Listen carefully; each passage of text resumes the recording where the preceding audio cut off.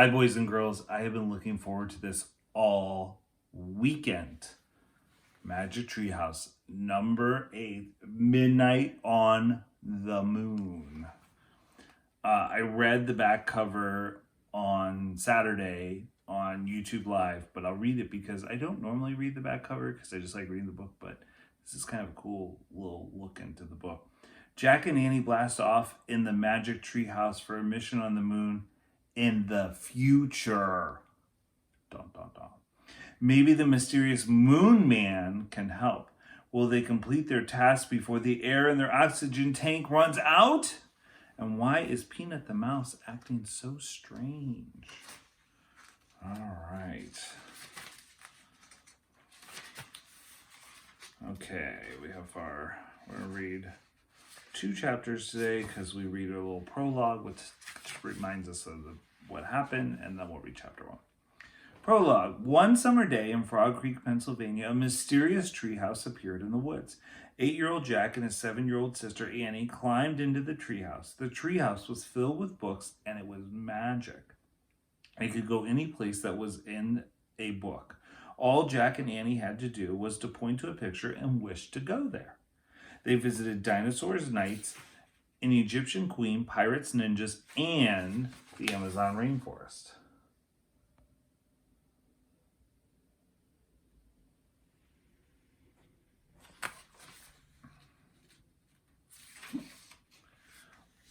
Along the way, they discovered that the treehouse belonged to Morgan Le Fay. Morgan was a magical librarian from the time of King Arthur. She traveled through time and space, gathering books for her library. One day, Jack and Annie found a note that said Morgan was under a terrible spell. Jack and Annie set out in the magic treehouse to find 4 special things that would free her. With the help of a mouse named Peanut, Jack and Annie found the first thing in old Japan, the second in the Amazon rainforest, and the third in the Ice Age. Now Jack and Annie and Peanut are ready to find the last thing in Midnight on the Moon. Chapter 1. By Moonlight. Jack, whispered a voice. Jack opened his eyes. He saw a figure in the moonlight. Wake up, get dressed. It was his sister, Annie. Jack turned on his lamp. He rubbed his eyes. Annie was standing beside his bed. She wore jeans and a sweatshirt. Let's go to the treehouse, she said. What time is it? Asked Jack. He put on his glasses. Don't look at your clock, said Annie. Jack looked at his clock. Oh, man, he said. It's midnight. It's too dark. No, it isn't. The moon makes it bright enough to see, said Annie. Wait till morning, said Jack. No, now, said Annie. We have to find the 4th M thing. I have a feeling that the full moon might help us. That's nuts, said Jack. I want to sleep. You can't sleep when we come back. You can sleep when we come back, said Annie. No time will have passed. Jack sighed. Oh, brother, he said. But he got out of bed. Yay, whispered Annie. Meet you at the back door. She tiptoed out of Jack's room. Jack yawned. He pulled on his jeans and his sneakers and a sweatshirt. He put his notebook and pencil into his backpack. Then he crept down the stairs. Annie opened the back door. Quietly, they stepped outside. Wait, said Jack. We need a flashlight. No, we don't. I told you, the moon will light our way, said Annie, and she took off. Jack sighed, then followed her. Annie was right, thought Jack. The moon was so bright that he could see his shadow. Everything seemed washed with silver. Soon they left their street. Annie led the way into the Frog Creek woods. It was much darker under the shadows of the tree. Jack looked up, searching for the treehouse. There, said Annie. The magic treehouse was shining in the moonlight. Annie grabbed the rope ladder and started climbing up. Careful, go slowly, said Jack. He followed her up the ladder and into the treehouse. Moonlight streamed through the window. It shone on the letter M that shimmered on the wooden floor. It shone on 3 M things that rested on the M. A moonstone from the time of the ninjas, a mango from the Amazon rainforest, and a mammoth bone from the Ice Age.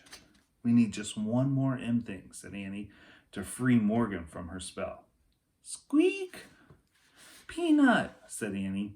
In the dim light, Jack saw a teeny mouse. She sat on an open book. You didn't expect to see us this late, did you? Said Annie. She picked up Peanut, and Jack picked up the open book. So where are we going this time? Annie asked. Jack held the book up to the moonlight. Uh-oh, he said. I knew we should have brought a flashlight. I can't read a thing. He could make out diagrams and shadowy pictures, but couldn't read a word. Well, look at the cover, said Annie. The letters were bigger on the cover. Jack squinted at them. It's called Hello Moon, he said. Annie gasped. We're going to the moon?